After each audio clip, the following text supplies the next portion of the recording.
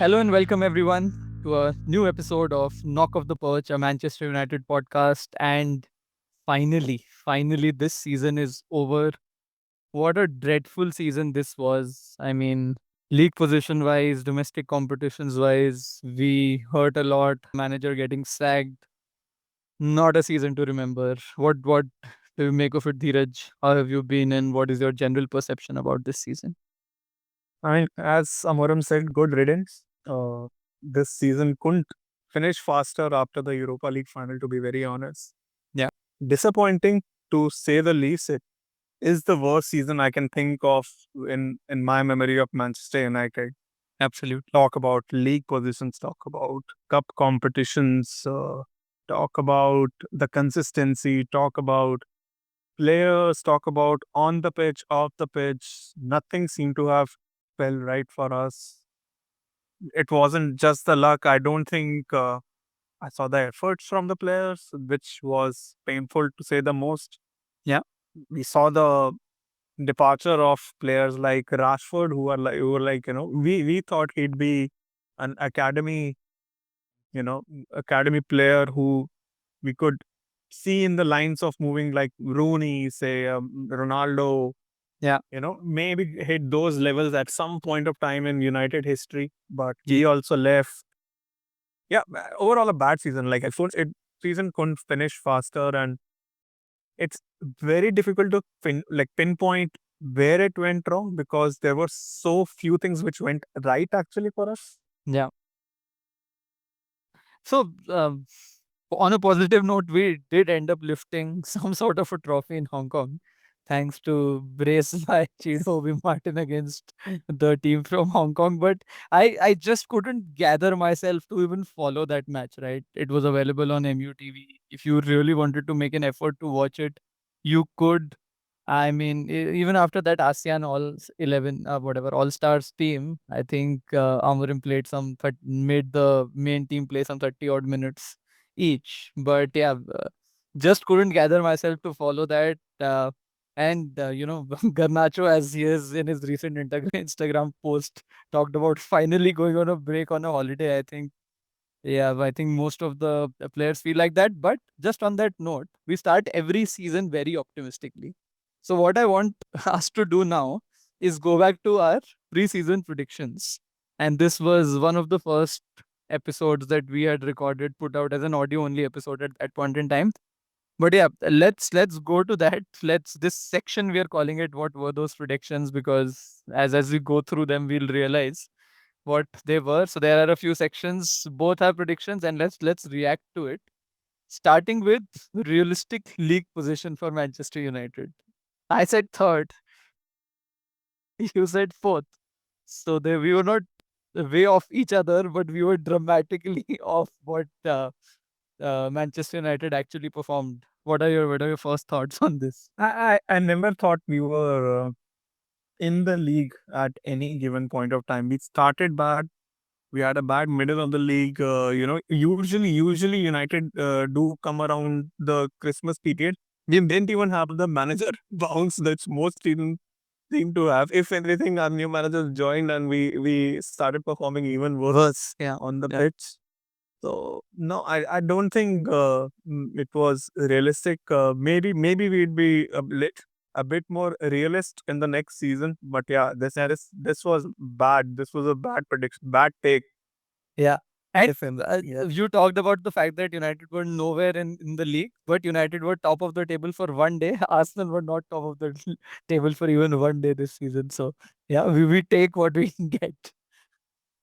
Cool. Let's move to the next one, and this is about the trophies. Both of us said we will most likely end up winning a domestic trophy. Both of us said we will go deep in the competition, Europa League competition, but not win it. I think right about the latter one, we went as deep as we could in the competition to the finals and then buckled under that pressure. But yeah, no trophy this year. We talked about a hat trick of trophies. Any thoughts around that?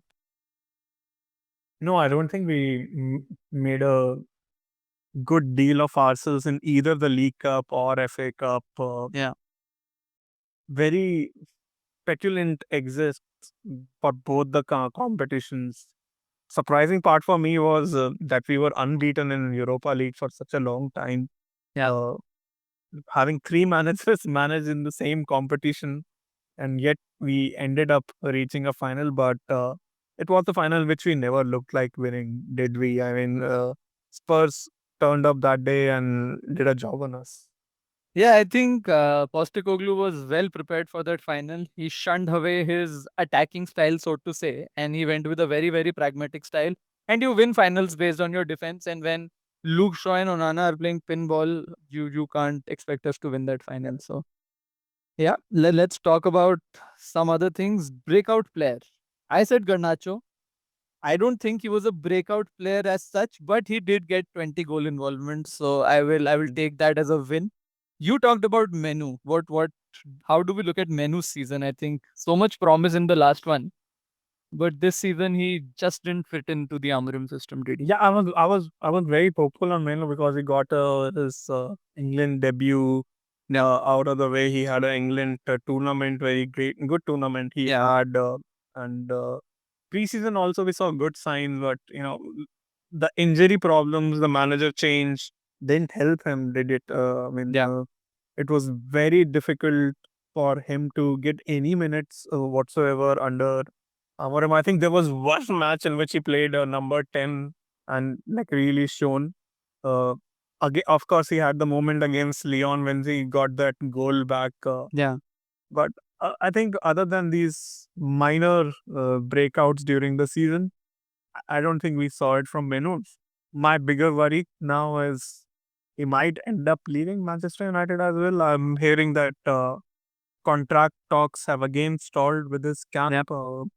He has been like his camp has been quoting unrealistic numbers according to the United management. Let's see Mm. how this one pans out. Yeah, I mean, the fact that both Garnacho and Menu are not fitting into a system, and 1 year back we were talking about them being our breakout stars, breakout players. So I think that speaks volumes about how this club is going, the direction in which this club is going. And now, in order to, yeah, I have to say Garnacho has been a bit unlucky, though he doesn't help himself with his comments and everything. yeah, Although with game time and with even with his performances, I think there was a very long spell in the Premier League where he didn't score and whatnot. yeah, Uh, but I think he showed enough signs of a youngster expected at Manchester, like of a 20-year, 21-year yeah. old.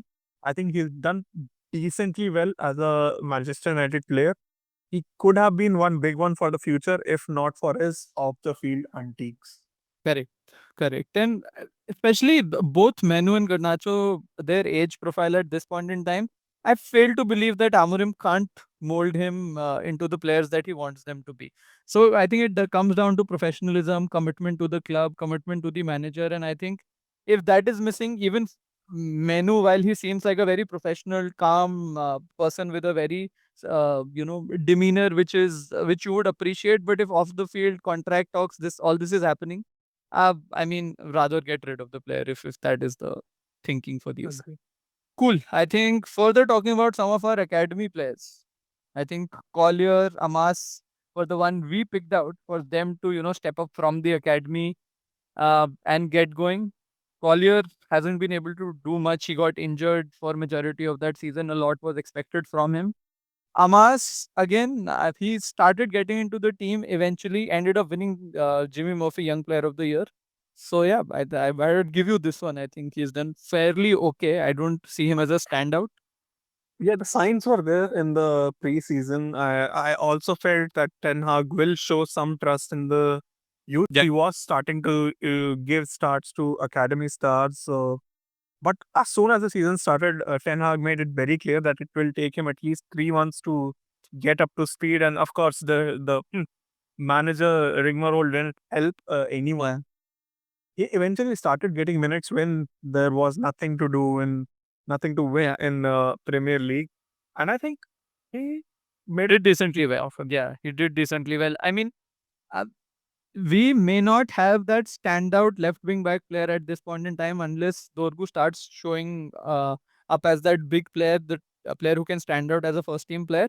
But I feel we have enough depth there with some squad rotation players are definitely there, and one of them have to step up to make it this spot their own. So I think that will be critical. Next, I think are a few interesting ones. Let's talk about our hot takes and our top five, what we had predicted. My hot take was Man City will not be in the title race. United and Arsenal will be top two, and one of them will go on to win it. I regret saying that one so much. I mean, the lesser the said about United being in the title race, the better. But yeah, Man City was not in the title race. So How are we so bullish on Spurs at the beginning of the season? Both of us have Spurs in our top five. yeah, I think it was the Postecoglou effort. He got Spurs fifth last year. I think they were fifth at the end of last year.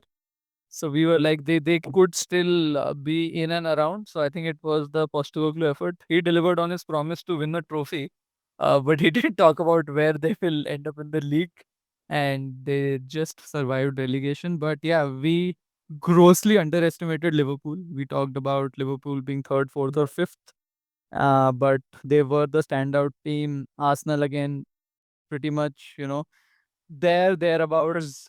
Yeah, there, thereabouts again for third season in a row. And I was hearing our uh, audio episode, and we talked about the fact that this could be make or break for Arteta, because for how long can a team keep chasing and not win and stay motivated? And they haven't. I mean, they got to the semifinals of the Champions League. Maybe there is some motivation from there.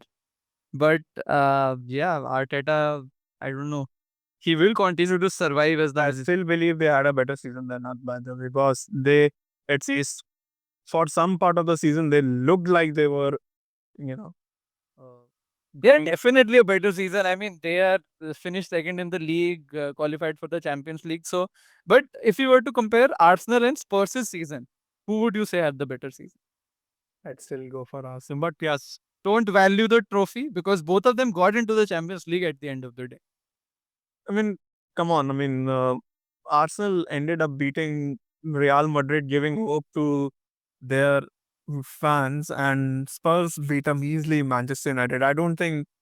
I think it talks about the levels where those both the teams are, but I don't No, think no, Spurs fans. no doubt about the fact that Arsenal is a better team long term across the last couple of seasons than Spurs, but just purely on basis of numbers, trophies, etc. What they ended up achieving, I felt I think the Spurs fact, got a think, trophy, still in Champions League, both of them. So, yeah, but yeah, Spurs did end their trophy drought after 15, 20 years. Their fans will take that any day of the season. yeah, fair. But yeah, those were our predictions for the Premier League season. We at least hopefully now know that Manchester United team will take a lot to get anywhere near these levels, which we thought of. I think we were the ultimate optimist, where our realistic league position was, so to say, third and fourth. But yeah, and I think that brings us. I think we'll be very realistic and pessimistic for the next season, and Amorim might surprise us.